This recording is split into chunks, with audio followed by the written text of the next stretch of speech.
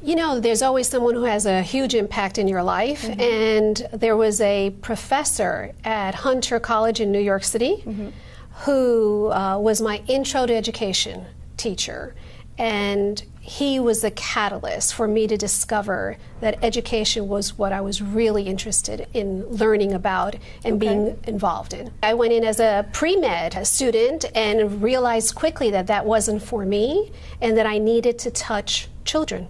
In New York, I was able to teach for 5 years in Catholic school in the South Bronx. I came to Florida. My mother was here, and having small children living in the South Bronx, I said maybe there's a better opportunity elsewhere.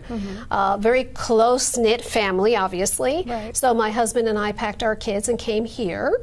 And believe it or not, I worked for SeaWorld for 2 years, giving out maps and tours. So as I was giving those tours, I realized I was teaching again. And decided to come to Osceola County and pursue a position here. The first job that, as you mentioned, was an assistant in a classroom. And then as time progressed, I became a teacher, then realized that I felt that I could probably touch more children if I became an administrator.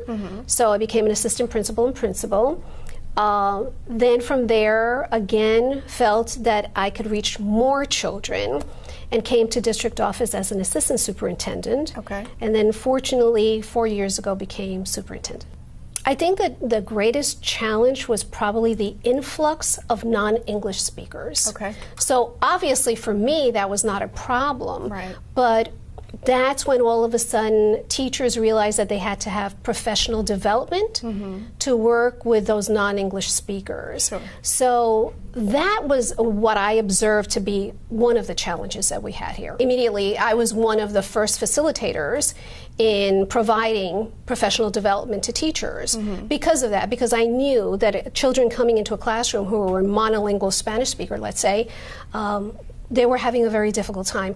And having another child sitting next to them to translate was not the strategy. As you said, there was a transition, and I was the third superintendent in 15 months.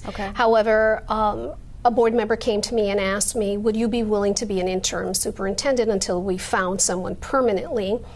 And knowing what we had been through already in those 15 months with two superintendents that are leading such a huge district, I said that yes, I would do it.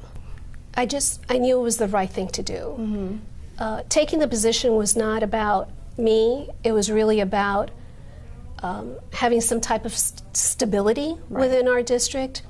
Having been here at that point, 26 years, having developed relationships and rapport with individuals, I felt that at least I could create a climate of stability. And so I was willing to take a risk.